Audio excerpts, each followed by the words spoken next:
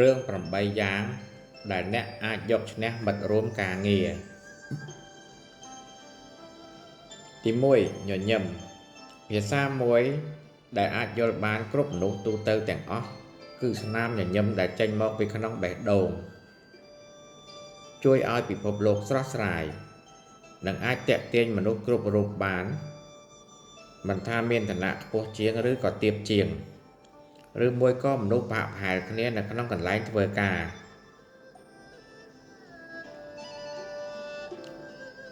ទី2ជំរាបសួរពេលដែលជួបគ្នាពេលដែលយើងក៏លេចឃើញគេមុនយើងគួរតែជំរាបសួរស្វាគមន៍គេមុនកុំប្រកាន់ចំហខ្លួនឯងថាធំជាងឬក៏ខ្ពស់ជាង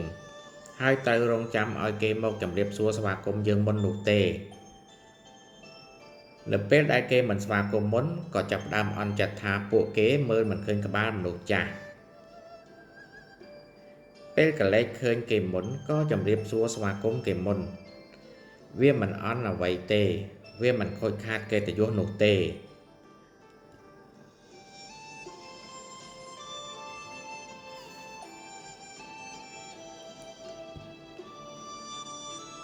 ទី3ការជួយគ្នាមិនមែនតួនាទីមិនមានពេលមិនមានភារកិច្ចចាំបាច់ក្បាលអ្នកណាសក់អ្នកនឹងឃើញមិត្តរួមការងារកំពុងរុះរើកន្លែងធ្វើការសែងតុសែងកៅអីហើយខ្លួនឯងបែរជាឈរមើលបែបបង្ងើយកន្តើយដូចជាគ្មានរឿងអ្វីកើតឡើងនោះទេទៅចេះជួយគ្នាបន្ធូរបន្ថយការលំបាកជាមួយនឹងមិត្តរួមការងារ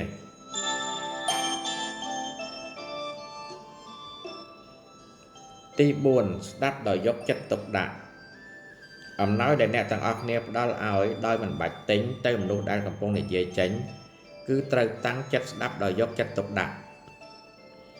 ពេលខ្លះគាត់ចង់បានការយល់ចិត្តពេលខ្លះគាត់ក៏ចង់ឲ្យមានការទទួលស្គាល់ពេលខ្លះក៏គ្រាន់តែនិយាយឲ្យគ្នាស្ដាប់សម្លឹងភ្នែកគ្នាហើយសួរលើកទឹកចិត្តពួកគេបន្តទៀត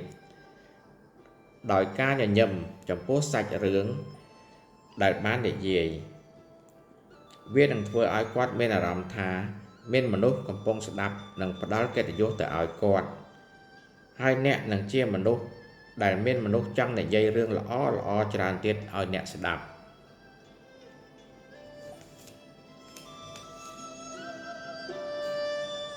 ទី5ចេះផ្ដល់ឲ្យចេះបែងចែកចេះចែករំលែកនំចំណីម្ហូបឬអាហារចែករំលែកចំណេះដឹងវិធីធ្វើការងារផ្ដល់ពាក្យប្រឹក្សាគំនិតល្អពីបញ្ហាផ្សេងពាក្យពេចន៍មាសប្រាក់លើកទឹកចិត្តអាចឲ្យអ្វីបានក៏បែងចែកគ្នាមិនមានអ្វីដែលមានតម្លៃស្មើនឹងការជួយគ្នានៅពេលដែលពួកគេត្រូវការឬក៏ជួបការលំបាកនោះទេការជួយគ្នាពិតធ្វើឲ្យគេចងចាំយើងថាយើងគឺជាមនុស្សម្នាក់ដែលបានជួយពួកគេហើយគេនឹងចាំយើងរហូតជីវិត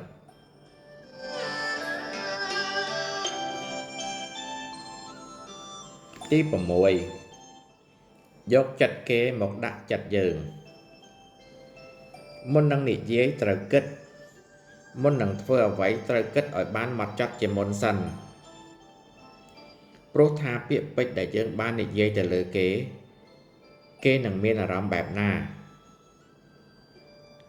ការដែលបាននិយាយអាចបន្ធូរបន្ថយអារម្មណ៍របស់យើងបានខ្លះតែអារម្មណ៍ភាគីម្ខាងទៀតមិនអាចទទួលយកបានពាក្យនិយាយវាដូចជាថ្នាំពណ៌ពេលដែលវាកំពុបវាងាយនឹងស្រួលប្រឡាក់តែពិបាកនៅពេលដែលយើងចង់លុបវាចេញ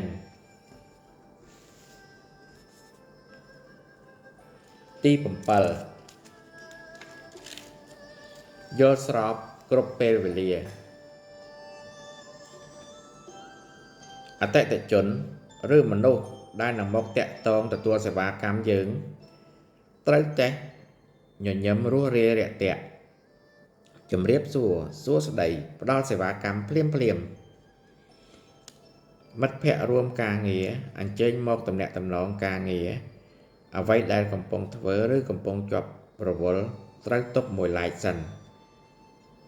ហើយស្ទុះមកទទួលស្វាគមន៍ភ្លាម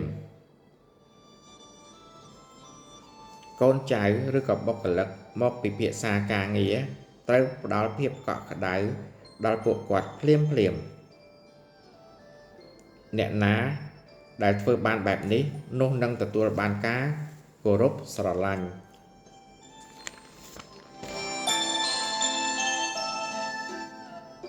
ទី8អាចចងចាំព័ត៌មានលម្អិតហៅឈ្មោះរកគ្នាគ្រប់ពេលដែលបានជួបគ្នាសួរនាំអំពីកូនចៅអំពីការរៀនសូត្រផ្ទះថ្មីសង់ហើយឬនៅសម្រាប់កូនបានប្រុសឬក៏ស្រី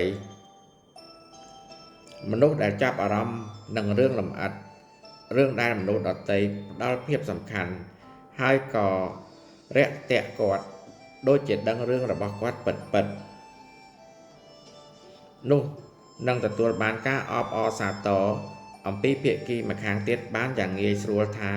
គាត់គឺជាមនុស្សដែលគួរឲ្យស្រឡាញ់ហើយនឹងចាប់អារម្មណ៍ចងចាំរឿងអ្នកដទៃបានយ៉ាងល្អ